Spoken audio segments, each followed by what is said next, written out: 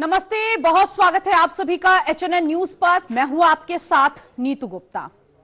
धर्म ध्वजा निकल चुका है, ठंडी फिजा में सियासी ताव है। ऐसा इसलिए हो रहा है क्योंकि चुनाव है।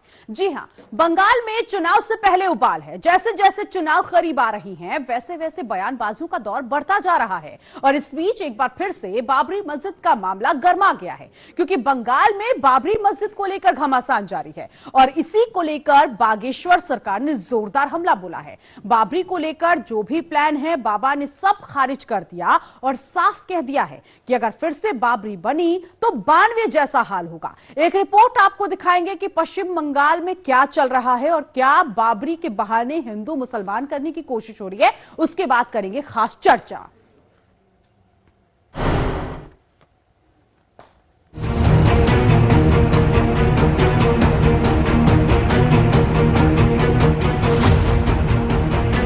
बागेश्वर सरकार बाबरी पर हमला जोरदार। बाबर के नाम पर यदि देश में कोई भी स्थान बनाया जाए तो ये इस देश का दुर्भाग्य है। और निश्चित रूप से हम ये बात कह सकते हैं कि फिर से हिंदू 1992 दोहराने के लिए तैयार रहे। भारत हिंदू राष्ट्र का संकल्प, बाबा ने बताया विकल्प। भारत हिंदू राष्ट्र होगा तो मुसलमान नहीं रहेंगे, भारत हिंदू राष्ट्र होगा तो मुसलमान भी रहेंगे और ईसाई भी रहेंगे और बहुत स्वतंत्रता पूर्वक रहेंगे। गजवाए हिंद पर पलटवार, हिंदू एकता की चर्चा जोरदार। सनातन हिंदू एकता पदयात्रा देश की सनातन संस्कृति को एकजुट करने के लिए, देश की सनातनियों को एकजुट करने के लिए हमने 150 किलोमीटर की 3 राज्यों की पदयात्रा की, जो 7 नवंबर से 16 नवंबर तक थी। मुंबई के अंधेरी में हनुमंत कथा के लिए पहुंचे बागेश्वर धाम सरकार पंडित धीरेन्द्र कृष्ण शास्त्री ने बंगाल के मुर्शिदाबाद में बाबरी मस्जिद को सिरे से खारिज कर दिया है। धीरेन्द्र शास्त्री बाबरी की नींव रखे जाने की अगले दिन कोलकाता गए थे और 5 लाख से ज्यादा हिंदुओं के साथ गीता का पाठ कराया था। तो मुंबई से बंगाल की बाबरी पर बाबा ने प्रहार भी कर दिया। धीरेन्द्र कृष्ण शास्त्री ने साफ कर दिया कि बाबरी बनेगी तो 1992 दोहराया जाएगा। देखिए, बाबरी मस्जिद की नींव रखने के ठीक 2 दिन बाद हम कोलकाता गए। वहाँ पर परेड ग्राउंड में एक साथ 5 लाख गीता पाठ का पाठ भी किया। और इसलिए हम गए कि हमारा जाना बहुत आवश्यक था। हम किसी भी धार्मिक परंपरा मानने वाले लोगों के खिलाफ नहीं है।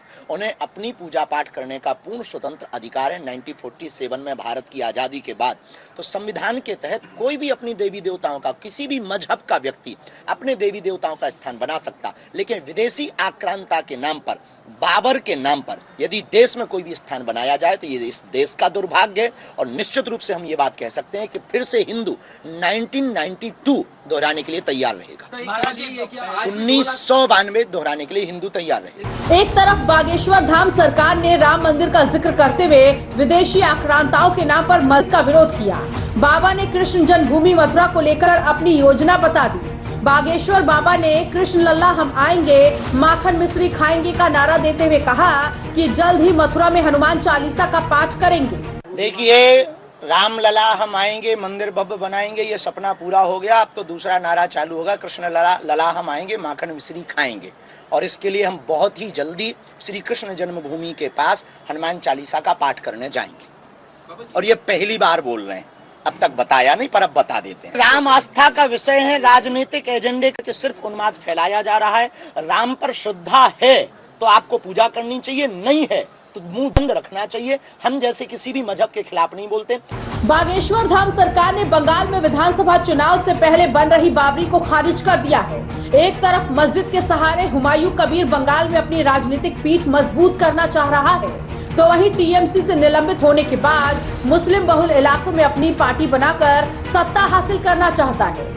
दूसरी ओर बाबा बागेश्वर ने साफ कर दिया है कि अगर बंगाल में बाबर की मस्जिद बनी तो हिंदू फिर से 1992 दोहराने के लिए तैयार है। पंडित धीरेन्द्र शास्त्री ने कहा कि जनता राष्ट्रवाद का विचार करे। मेरा जीवन हिंदुत्व के लिए समर्पित है।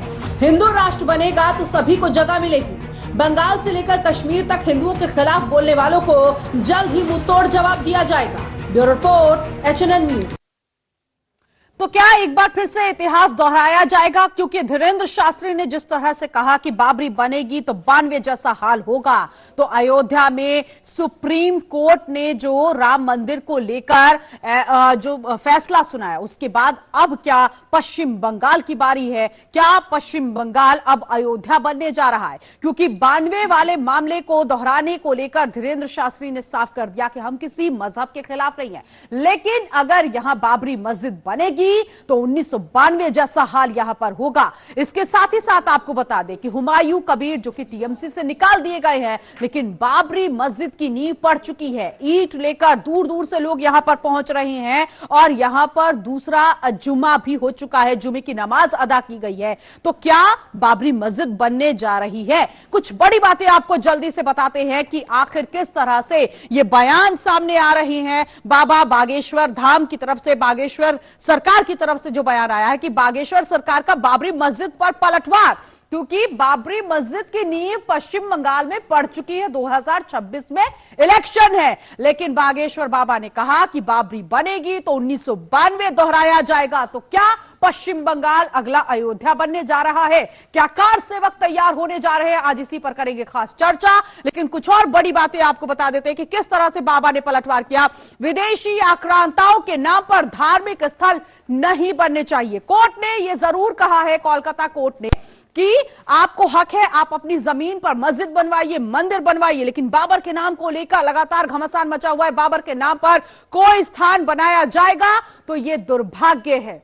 ये बागेश्वर सरकार की तरफ से कहना है। पंडित धीरेंद्र शास्त्री ने, जो अभी हाल फिलहाल में गीता का पाठ कराया गया पश्चिम बंगाल की धरती पर, तो बंग धरती पर गीता पाठ हुआ और अब बाबा कह रहे फिर बनी बाबरी तो 1992 दोहराने के लिए हिंदू तैयार है। तो क्या हिंदू कार सेवक बनने जा रहा है एक बार फिर से?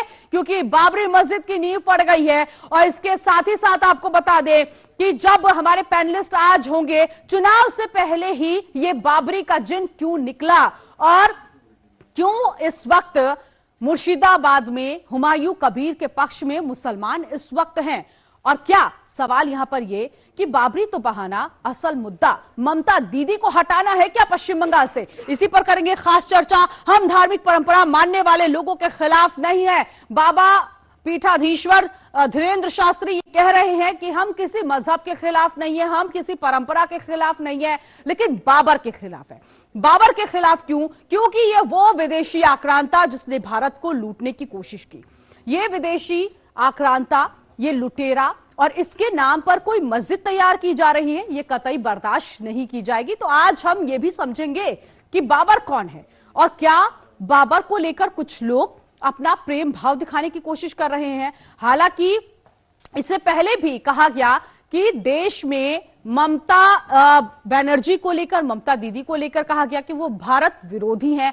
पश्चिम बंगाल जहां पर ममता दीदी की सरकार है, अब ऐसे में उस सरकार में ये सब कुछ हो रहा है। तो असल मुद्दा यही है कि चुनाव से पहले हिंदू मुसलमान करने की कोशिश की जा रही है और धार्मिक गुरुओं की अब एंट्री हो गई है। तो क्या ये धार्मिक गुरु राजनेता बन रहे हैं? इसी पर करेंगे खास चर्चा। इस वक्त हमारे साथ पैनलिस्ट भी जुड़ गए हैं। जल्दी से इंट्रोडक्शन भी हम दे देते हैं कि आखिर पैनल में कौन कौन मौजूद है और इस मसले को लेकर हम समझेंगे भी कि इस वक्त स्थिति बंगाल में कैसी बन रही है। देखिए, इस वक्त पैनलिस्ट हमारे साथ है भगवती शुक्ला, अध्यक्ष हैं हिंदू सनातनी सेना के। फाजिल अहमद इस वक्त मुस्लिम स्कॉलर हमारे साथ जुड़ गए हैं।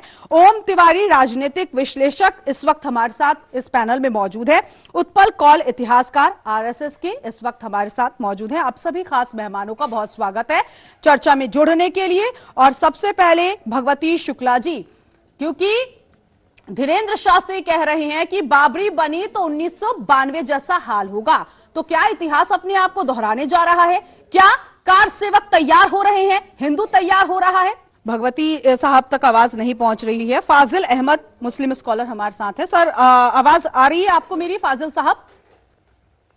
आ रही। हाँ, सवाल यही है कि अब देखिए धीरेंद्र शास्त्री की भी एंट्री हो गई है पश्चिम बंगाल में। कह रहे हैं कि अगर बाबरी मस्जिद बनी तो 1992 जैसा हाल होगा। धीरेंद्र शास्त्री न्यायालय से ऊपर नहीं ना है, संविधान से ऊपर नहीं ना है। सम्राट अशोक के भारत में कजाकिस्तान तो भारत का ही हिस्सा था।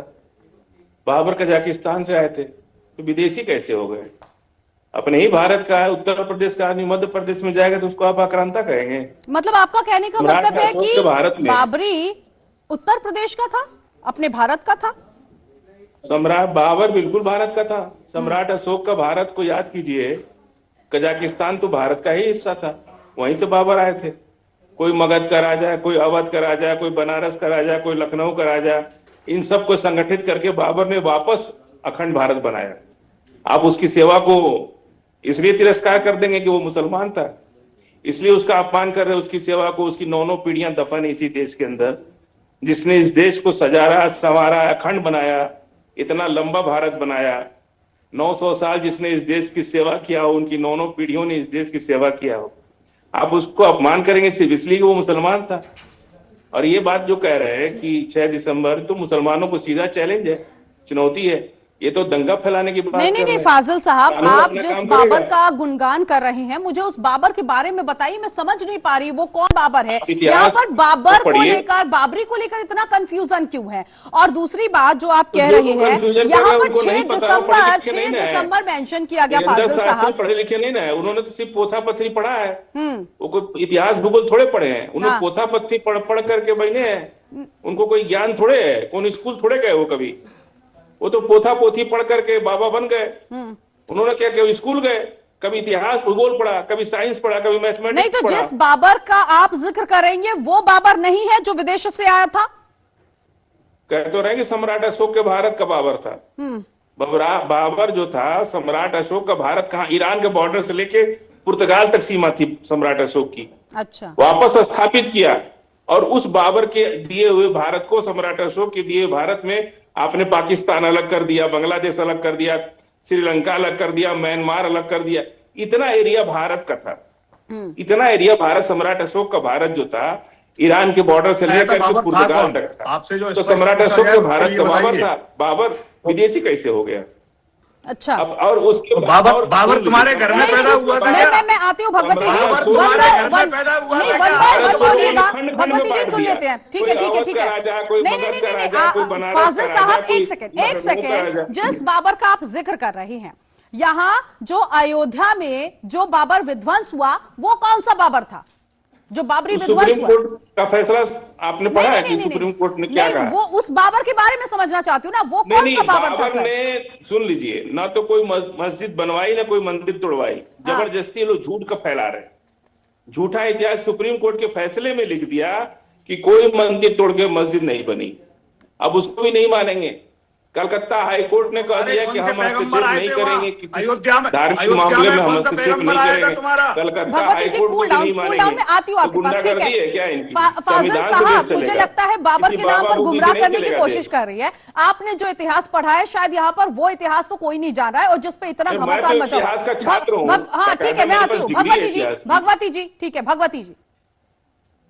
बाबर एक देश का आक्रांता लुटेरा था, जिसने भारत में आके जजिया कर लगाया, सरिया कानून फैलाना चाहता था। और जो लेकिन फाजिल साहब तो कह रहे हैं कि वो सम्राट अशोक चौधरी वाला बाबर था। नहीं, जजिया कर लगाया तो आप भी तो जीएसटी लगा रहे हैं। कौन सी ऐसी पुस्तक पढ़ी है जिसमें जो बता रहे हैं कि बाबर, हमने तो आज तक किसी भी इतिहासकार में, किसी भी शास्त्र में नहीं पढ़ा, इनकी किसी किताब में नहीं पढ़ा, जो औरंगजेब को, बाबर को, जो एक लुटेरा था, जो बैसी था, दरिंदा था, से थोड़े लुटेरा हो जाएगा। और जितने भी देश के गद्दार और आतंकवादी हैं, वो बाबर को, औरंगजेब को आइडियल मानते हैं। और इस तरह की बाबर के नाम पर जो ईंट रखी जाएगी, देश में कहीं भी रखी जाएगी, तो एक सनातनी उसको फाजिल साहब, आपने भी अपनी ईंट पहुंचा दी है क्या पश्चिम बंगाल में? और जो भी मुझे लगता है बाबर के वंशज हैं, बाबर को आइडिया मानने हैं, इनके खिलाफ कार्रवाई होनी चाहिए। आप नेशनल चैनल के माध्यम से, आप इतने बड़े चैनल के माध्यम से किस तरह से झूठ को परेश रहे हो कि अशोक सम्राट के बराबर बाबर एक आक्रांता था, एक लुटेरा था, औरंगजेब लुटेरा था। बाबर ने सरिया कानून लगाया और उत्पल कौर जी आरएसएस के इतिहासकार है, अच्छे से इतिहास बता देंगे। फाजिल साहब आप भी सुन लीजिएगा, बताइएगा सर ये बाबर कौन सा है जो फाजिल साहब बताए? देखिए, मैं इतिहास पढ़ा हूं, मैंने उम्र भर में इतिहास ही पढ़ता रहा। मैंने बाबर नामा भी पढ़ा है, मैंने अकबर नामा भी पढ़ा है, मैंने तो उसकी जहांगीरी भी पढ़ी है, और मैं मेरे जो टीचर वो दुनिया के बहुत बड़े इस्लामिक स्कॉलर थे सूफीज्म के, डॉक्टर अब्दुल कयूम रफीकी, वो मेरे टीचर रहे हैं। मेरा ये कहना है कि जो ये अभी आज अशोक को वो जिंदा कर रहे हैं, अशोक कभी भी सेंट्रल एशिया में रूल नहीं कर रहे थे, इनको पता होना चाहिए। Ashok was never ruling. फाजिल साहब, आपका Please टर्न आएगा, listen to me. Please listen to me. फाजिल साहब, आपका टर्न आएगा, बोलिएगा। एक-एक बोलिए, चुप बैठो, चुपचाप बैठो। प्लीज फाजिल साहब, ये चुप बैठो, चुप करके बैठो और सुनो। उस हिसाब से भारतीय संस्कृति सऊदी अरब में भी थी, भारतीय संस्कृति बुद्धिज्म इजराइल में भी था, वो सेंट्रल एशिया में भी था, लेकिन उसका मतलब ये नहीं कि अशोक वहां रूल कर रहा। नाथूराम गोडसे की औलाद, ज्यादा मत बोलो। चप्पलों से तेरे को लैंग्वेज फाजिल साहब मेंशन कीजिए। नहीं, ये डिबेट में नहीं चलेगा। नहीं फाजिल साहब, आप अपने टर्न पे बोलिएगा, लेकिन कायदे से बोलिए प्लीज। आराम से सुन लीजिए बात, डिबेट ऐसे नहीं होता है, आराम से सुन लीजिए, मैं समझा दूंगा। फाजिल साहब, आपने जिस बाबर को जन्म दिया है ना अभी, ये बाबर नहीं है वो जो इतना घमासान मच रहा है। सुनिए ना, मैं बताता हूँ बाबर कौन था, मैं बताता हूँ बाबर कौन था। इनकार कर सकते हैं, ये हमको आतंकवादी बोलेगा, ये 2 कौड़ी का आदमी। अरे एक 2 कौड़ी के हरामी कुत्ते। नहीं भगवती जी प्लीज डाउन कर दीजिए। नहीं, ये लैंग्वेज नहीं चलेगी, ये लैंग्वेज मेरे डिबेट में प्लीज नहीं चलेगी। ओम जी नहीं, आवाज इन लोगों की म्यूट कीजिए। अगर आप लोग संयम नहीं बरतेंगे और आप लोग अपनी बात सही से नहीं रखेंगे तो म्यूट ही रहेंगे। ओम जी, क्या ये वाकई पश्चिम बंगाल में हिंदू मुसलमान करने की कोशिश हो रही है? और जिस तरह से हुमायूं कबीर ने ये बाबर मस्जिद की नींव डाल दी है, उसके बाद क्या असल मुद्दा ये है कि बाबरी मस्जिद तो बहाना है, ममता दीदी को हटाना है? बिल्कुल, मैं आपकी बात से पूर्ण सहमत हूं। देखिए, मैं एक बात स्पष्ट कर देना चाहता हूं, मैं एक राजनीतिक विशेषज्ञ के रूप में और सर्वोपरि मैं धर्मनिरपेक्ष को मानता हूं। मैं खुद हिंदू ब्राह्मण हूं, इसके बावजूद मैं बोल रहा हूं कि जिस तरीके से अभी देश में राजनीतिक हिंसा के नाम पर एक दूसरे धर्मों को लड़ाया जा रहा है, चुनाव के पहले बाबरी मस्जिद या राम हिंदू मुसलमान की जो राजनीति की जा रही है, ये हमारे देश की धर्मनिरपेक्षता, अखंडता और प्रभुता पर बहुत बड़ा सवाल ही नहीं, धब्बा है। हाँ। कि हमारा देश कानून चलता है, हमारा देश में संविधान है, हमारा देश संविधान से चलता है, ना कि बाबर से, ना कि कोई मस्जिद से, ना ही कोई धर्म से। तो हम धर्म पे लड़े ही क्यों? आज हम लोग चुनाव के पहले क्यों भूल जाते हैं कि हमारे देश में डेवलपमेंट रेट क्या चल रहा है, देश का प्रगति कहाँ है, देश का डेवलपमेंट कहाँ है। हम लोग उस पर बात हम लोग नहीं करते, हम लोग आ जाते हैं मंदिर मस्जिद पे। रही बात मस्जिद की, अगर मस्जिद बनना ही है, मस्जिद बनने में कोई रोक नहीं है। मैं हिंदू सनातनी ब्राह्मण एक धर्मनिरपेक्ष होते हुए भी मैं ये बात फिर से दोहराना चाहता हूं, अगर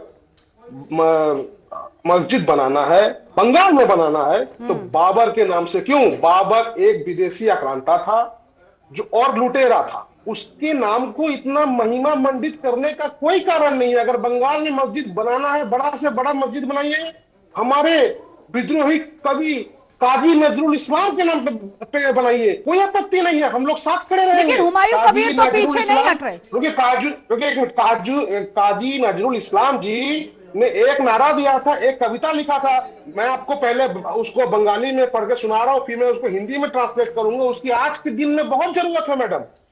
मैं उसका जो बंगला में जो उसका जो ये है कि मोरा एक बृंते दूटी कुसुम हिंदू मुसलमान एक तीतर नयन मुनि अपर तीतर प्राण, इसका हिंदी में अगर अनुवाद करके मैं आपको समझाऊं या पूरे देश को समझाऊं कि हिंदू मुसलमान एक ही डाली के 2 फूल हैं, और वो तभी अच्छा लगता है जब दोनों साथ में खिलते हैं। ठीक है सर, ठीक है।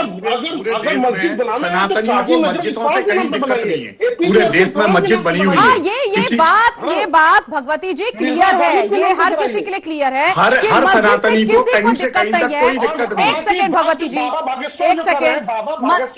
हाँ, बाबा बागेश्वर बीजेपी के स्पोक पर्सन के तरह आरएसएस के ठीक है, ऑल राइट ओम जी, ठीक है, बीजेपी के स्पोक्स पर्सन है, ठीक है, मैं समझ लेती हूँ, जान लेती हूँ।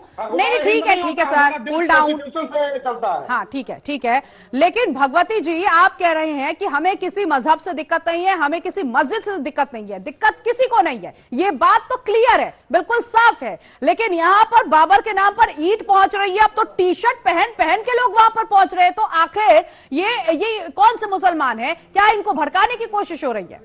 नींद तो पड़ गई सर, और दूसरी जुमे की नमाज भी अदा हो गई। अब कब आप लोग कह रहे हैं कि 92 वाला हाल होगा? देखिए, आपके माध्यम से, इतना बड़ा चैनल के माध्यम से हर जगह बात जा रही है।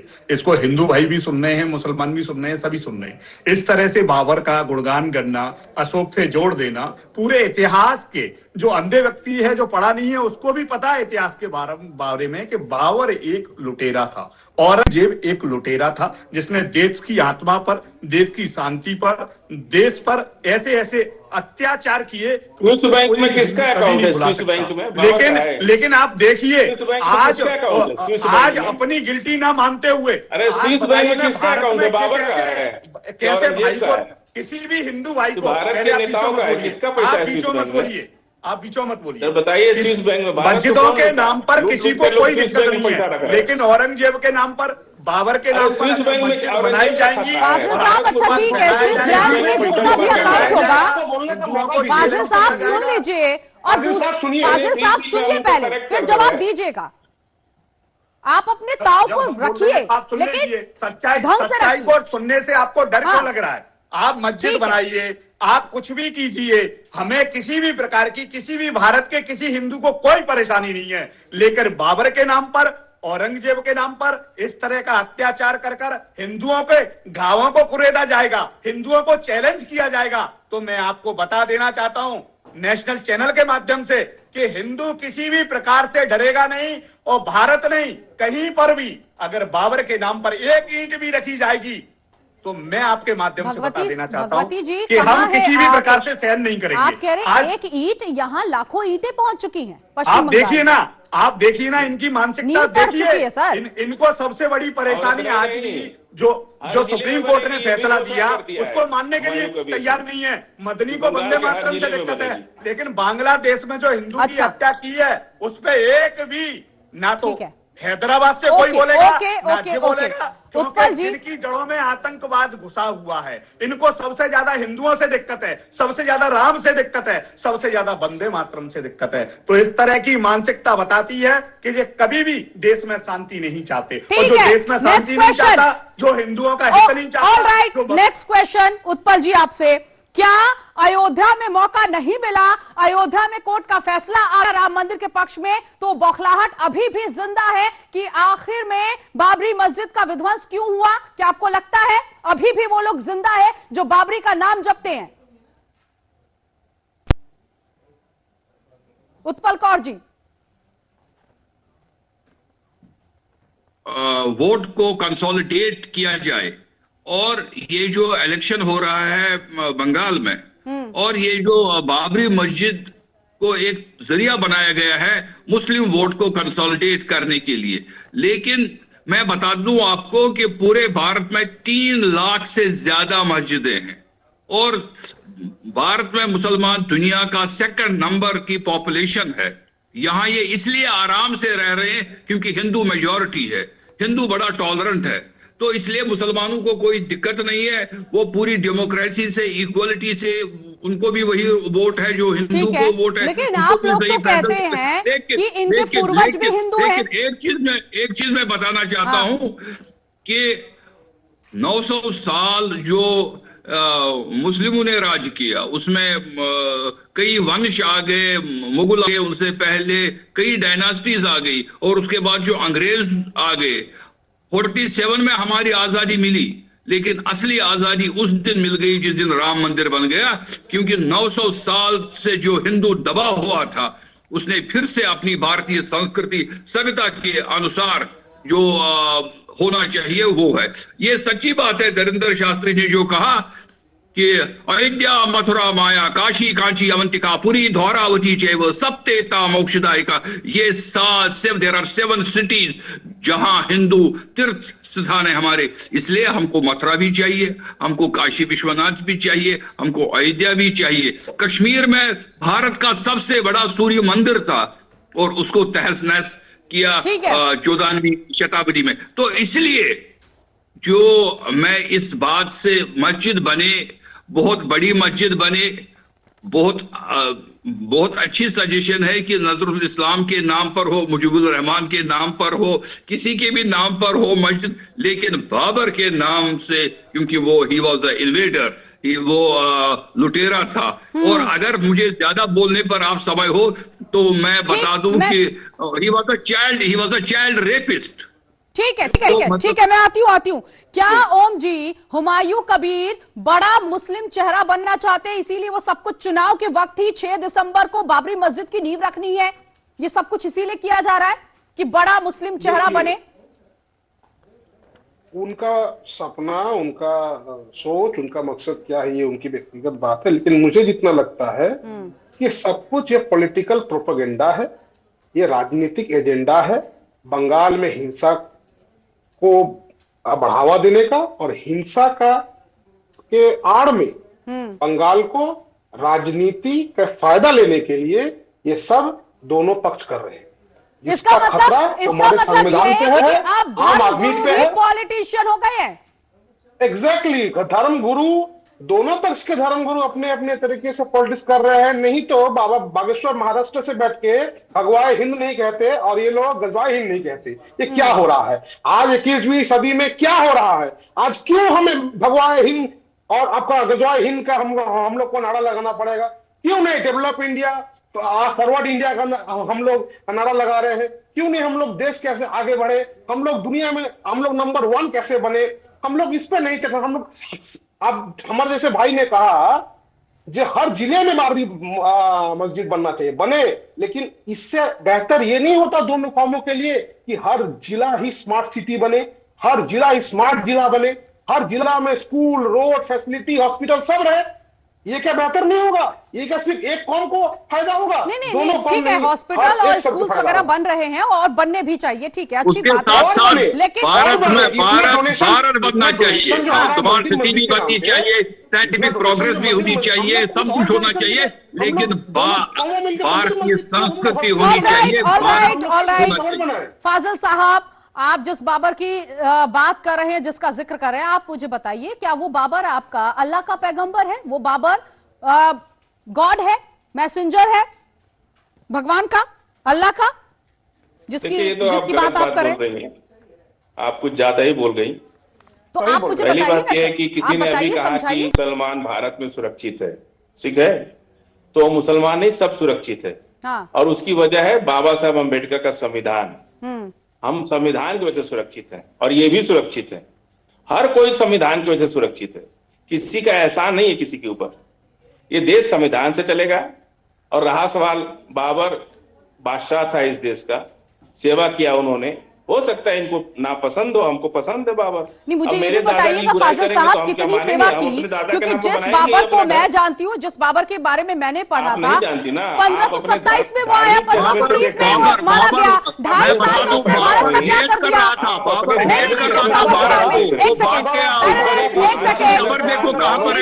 बोलिएगा प्लीज, एक एक कर बोलिएगा। फाजिल साहब मुझे बताइए, जिस बाबर का आप जिक्र कर रहे हैं, 1527 में वो आया था, 1530 में ढेर हो गया, 2.5 साल में उसने भारत का क्या किया? उस वक्त क्या हुआ था? मुगल शासक था उस वक्त। 960 साल कौन सेवा किया इस देश को? अखंड भारत कौन बनाया?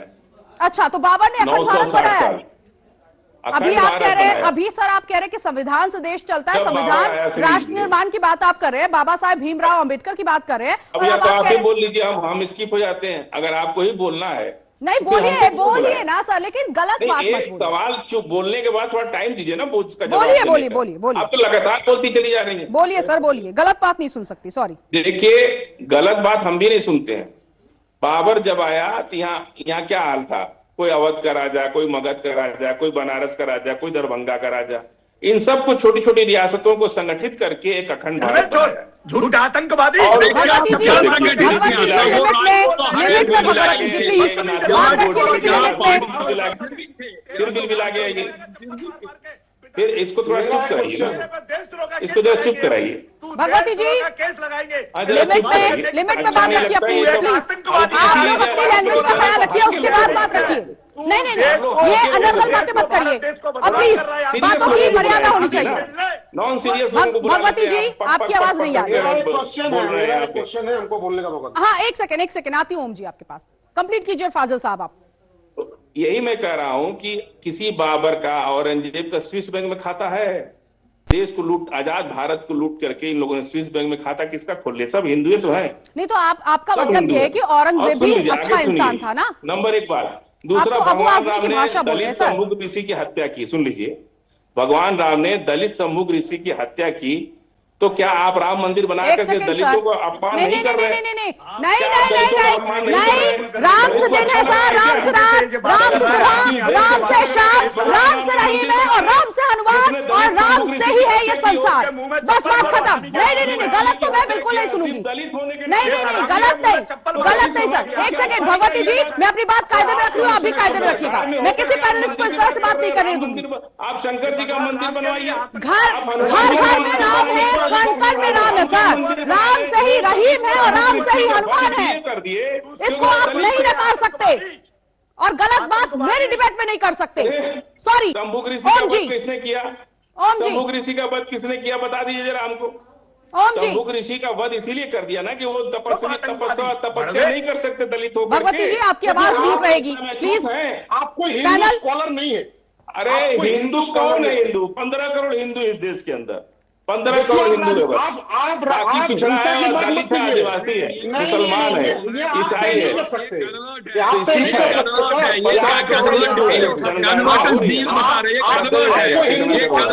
कैसे बोल रहे हैं ये लोग? 90 करोड़ 100 करोड़ पर आपको हिंदू स्कॉलर नहीं है।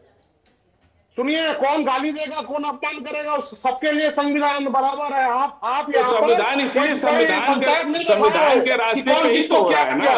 क्या हो रहा है? संविधान है। अच्छा फाजिल साहब, आपने मेरे सवाल का जवाब नहीं दिया। साहब मैं आपसे एक सवाल पूछना चाहता हूँ। बोलिए ओम जी बोलिए। आपने कहा बाबर आपका दादा थे, कहा अगर मैं गलत ना हूं तो बिल्कुल हम लोग डीएनए में है बाबर। ठीक है, मैं उसको मानता भी। अगर बाबर आपके दादा थे और उनके नाम पे मस्जिद बनना ही चाहिए, तो क्या मिर्जा गालिब, क्या हमारे अबुल कलाम आजाद, क्या बिस्मिल्लाह खान, क्या काजी नजरुल इस्लाम, क्या हमारे भारत के 3rd president of India Zakir Hussain, ये आपके कोई नहीं है? इनके नाम पे भी है, ऑलरेडी बना हुआ है। मिर्जा गालिब के नाम पर मकबरा बना हुआ है पुरानी दिल्ली के अंदर, सारे बने हुए हैं। उन्हीं का नाम तो खत्म। तो सुन लीजिए, देखिए ना, सुने पहले, हमको खत्म करने दीजिए, फिर आप बोलेगा हम सुनेंगे। मेरा एक ही बयान है कि अगर किसी मुद्दे पर विवाद हो रहा है तो उसको विवाद को बढ़ाना, आपके जो बहुत आप एडुकेशनिस्ट जो आप बन रहे हैं, उसको क्या शोभा देता है? या उस जवाब दे रहा हूं खत्म करके, या बिल्कुल जवाब दे रहे विवाद को, ये क्या इस विवाद सर जल्दी से अपनी बात कंप्लीट कीजिए। उत्पल साहब की बात के नाम पे, मदीना के नाम पे, जाकिर हुसैन साहब के नाम पे, दलित के नाम पे आप बनाइए ना सर। आपके साथ हम खड़े रहेंगे। सारा कौन खड़ा रहेगा? सारा जाति खड़ा रहेगा। हमारे मदरसे में बाबा साहेब अम्बेडकर का जन्मदिन मनाया जाता है। बहुत आप अच्छी समझिए बात को। बहुत अच्छी बात। और ये देश ना तो गजवाए हिंद से चलेगा ना भगवाए हिंद से चलेगा। हम लोग अम्बेडकर हिंद से भगवान हिंद से चलेगा देश एकदम। हम लोग अम्बेडकर ठीक है अम्बेडकर हिंद है। ठीक है, मैंने दोनों को सुन लिया। अम्बेडकर हिंद ही रहेगा ताक़यामत तक। ये अम्बेडकर नहीं, ये देश सिर्फ संविधान से चलेगा। सिर्फ ये देश संविधान से चलेगा, बाबा साहेब कानून से चलेगा, संविधान से चलेगा, तक चलेगा। देखिए आज तो बाबा साहब अम्बेडकर संविधान याद आ रहा है। हाँ बताइए सवाल बताइए। बाबा साहब का देश है, सम्राट अशोक का देश है। आप चुपचाप सुन लीजिए, आप चुपचाप सुन लीजिए। जो अरे बाहर से आए, अरे ब्राह्मण जहां से बाहर से आए, ये लोग मध्य एशिया से आए। इतिहासकार बैठे बतावे कि कहां से आए ब्राह्मण लोग। आकर के यहाँ के मूल निवासी ब्राह्मण कोई नहीं है, चूहा जो सारे है ब्राह्मण कोई नहीं है, सारे हिंदू के दिल में घुस के चूहा मैं बताती हूँ भगवती जी, एक मिनट उत्पल साहब आप जल्दी से बात क्लियर कीजिए। मोहन भागवत कह रहे हैं जिसके हृदय में भारत भक्ति नहीं वो हिंदू नहीं हो सकता। पूजा पद्धति भले ही अलग हो लेकिन राष्ट्र संस्कृति एक है।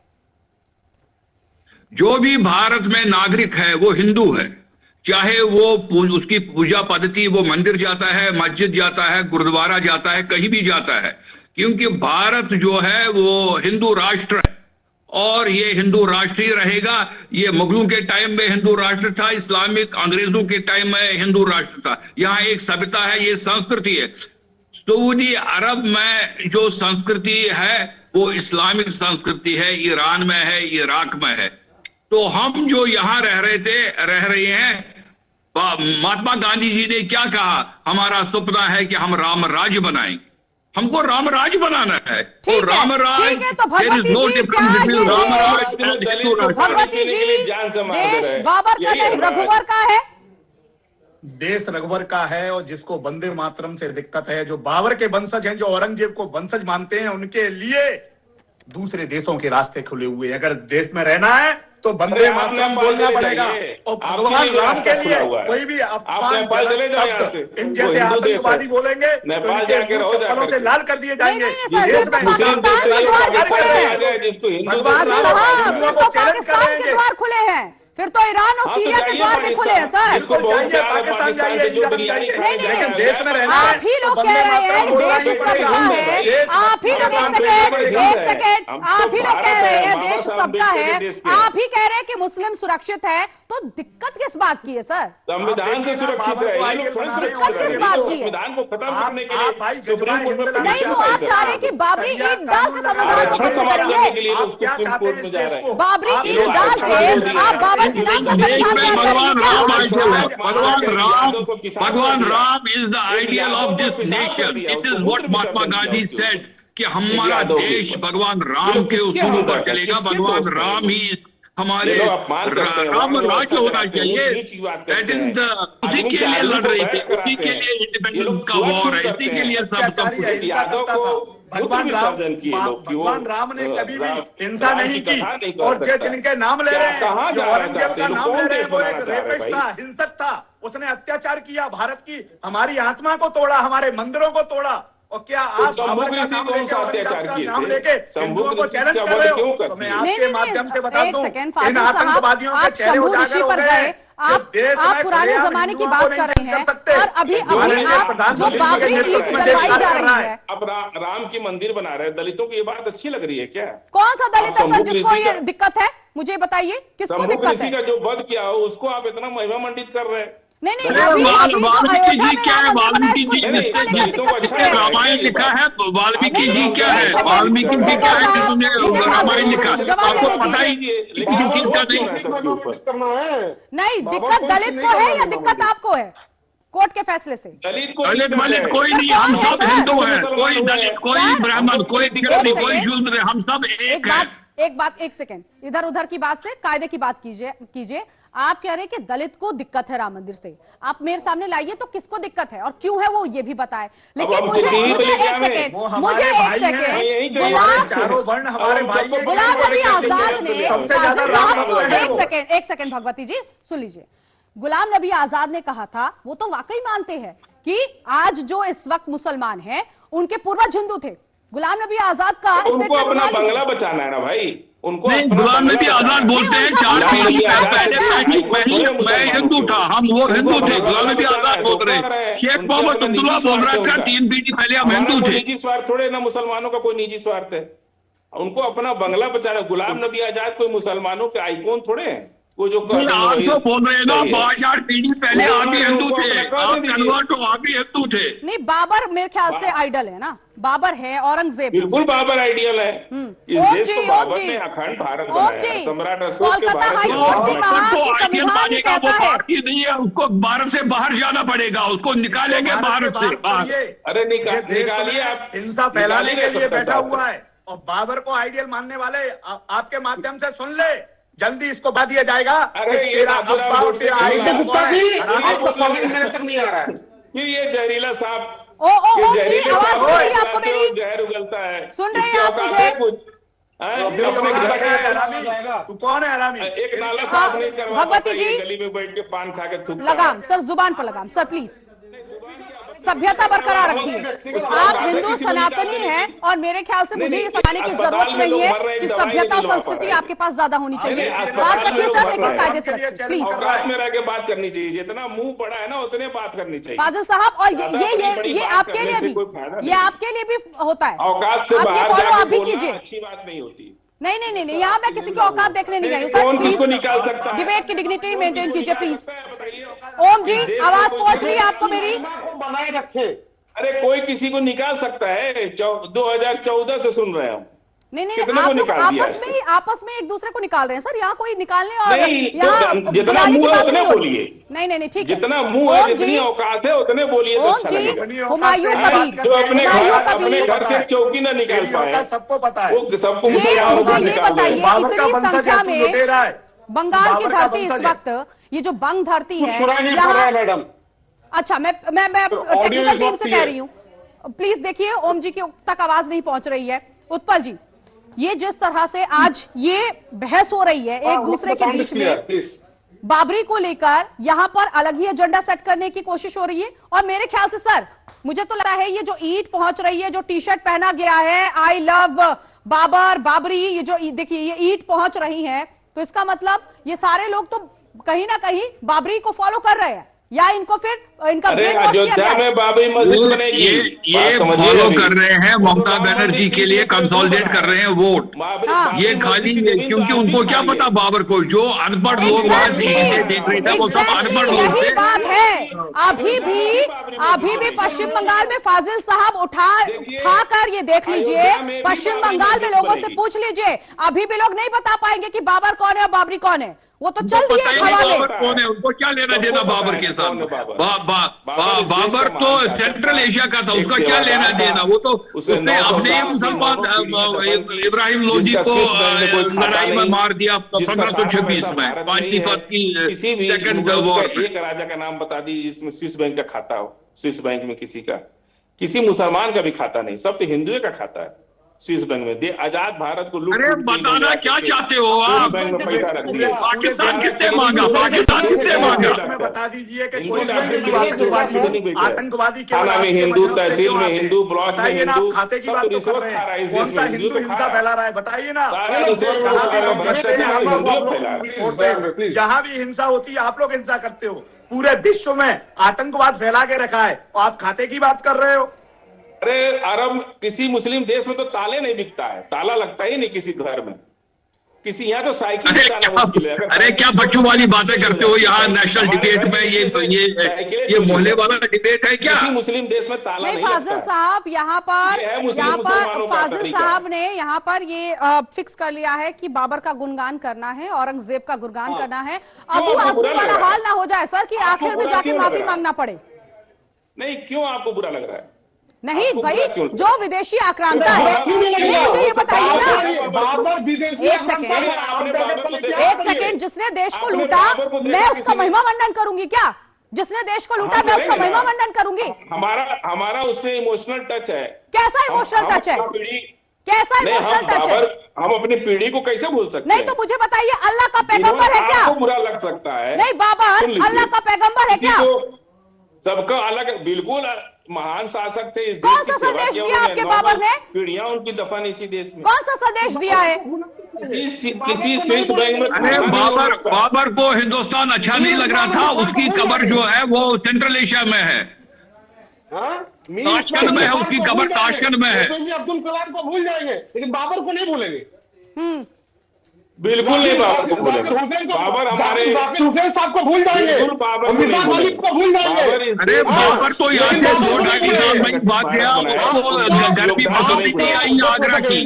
वो देश समझ रही है आपका जो देश तो सबको समझ रहा है। ठीक है, देश सबको समझ रहा है। ठीक है भगवती जी, 40% जीएसटी ले रहे हो, वो भी देश समझ रहा है। देखिए, सबसे पहले तो इनकी खुद की जांच कराई जाएगी। जिस तरह से आज नेशनल डिबेट पे इन्होंने बात रखी है कि बाबर को औरंगजेब को आइडियल मानते हैं, इस तरह की मानसिकता, इस तरह की कोई भी व्यक्ति अगर हिंसा फैलाने का कार्य करेगा वो बर्दाश्त नहीं होगा। जो बाबर को औरंगजेब को आइडियल मानते हैं वो इस देश में रहने के उनके लिए कहीं भी जगह नहीं है। ये देश संविधान से चलेगा, देश भगवाए हिंद से चलेगा, गजवाए हिंद से नहीं चलेगा। और हमें काजी साहब, काजी नजरुल इस्लाम कौन सा जरा हमको जरा अगर आपको अगर याद है तो पूरे विश्व को पता है आतंकवाद का एक ही बचाव है और जल्द से जल्द बाबर से इतना किया जाएगा पूरे देश के अंदर। आपसे यही पूछ रही हूँ कि आपको इतना प्रेम क्यों है उस बाबर से? देखा, अब सुन लीजिए, काजी नजरुल इस्लाम मालूम नहीं है, सुनिए, काजी नजरुल इस्लाम आपको मालूम नहीं, आपने कहा आप सुनिए मेरी बात, आपको शर्म है आलोक आपको सर? उपनिषद किसने लिखा? आलोपनिषद में लिखा है, सुनिए, आलोपनिषद लिखा इन लोगों ने जब मुगल इस देश में थे तभी आलोपनिषद लिखे और कहे कि अकबर इस देश का महान शासक है, हमें उसकी पूजा करनी चाहिए। ये कौन आलोपनिषद लिखा? आलोपनिषद पढ़ लीजिए गूगल पर डाल। ये आई थिंक कोई किताब ही नहीं है। ये कहाँ से निकाल के आ गया हो ये किताब है? ये कहाँ से, क्या झूठ बोल रहे हो, क्या झूठ बोल रहे हो? इस तरह से ठीक है। ओम साहब ये सवाल मुझे बताइए। ओम साहब, कोर्ट कह रहा है कि आपको हक है अपनी जमीन पर आप मस्जिद बनवाइए, मंदिर बनवाइए, लेकिन हुमायूं कबीर इस बात पर पीछे अड़े हुए हैं कि बाबरी मस्जिद ही वहां पर बनेगी, उसका नाम बाबरी मस्जिद ही रखा जाएगा। तो क्या पश्चिम बंगाल अगला अयोध्या बनने जा रहा है? बिल्कुल भी नहीं। पश्चिम बंगाल के साथ साथ पूरा देश खतरे में है, क्योंकि जिस तरीके से राजनीतिक प्रोपेगेंडा के साथ हिंसा को भड़काया जा रहा है, ये कहा जा रहा है कि 1992 वाला हाल होगा, दोहराया जाएगा। अरे रुकिए ना सर, ऊपर के नाम से रखी जाएगी तो आपने संविधान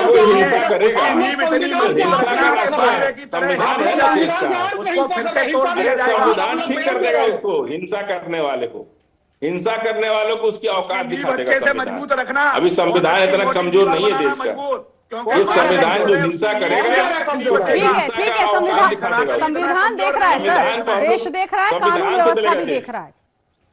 हाँ ठीक है, ओम जी जल्दी से अपनी बात क्लियर कीजिए, फिर लास्ट कमेंट उत्पल जी से।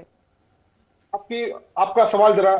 सवाल मेरा यही था, आपने कहा था कि अयोध्या बनने नहीं जा रहा, तो इसके बाद जो ये कहा जा रहा है कि 1992 वाला इतिहास दोहराया जाएगा, तो क्या कार सेवक कोई इतिहास दोहराया नहीं जाएगा। हाँ। देखिए, ये जो कुछ लोगों हैं जो कि कौम की अपनी अपनी लड़ाइयां कर रही है, आम जनता अपनी अपनी जिंदगी में अपनी लाइफ में बिजी है, जो सुबह 9 बजे काम में जाते हैं, रात को काम से काम से लौटते हैं। उत्पल जी, चुनाव तो बहाना है, हिंदू मुसलमान करना है। उत्पल जी,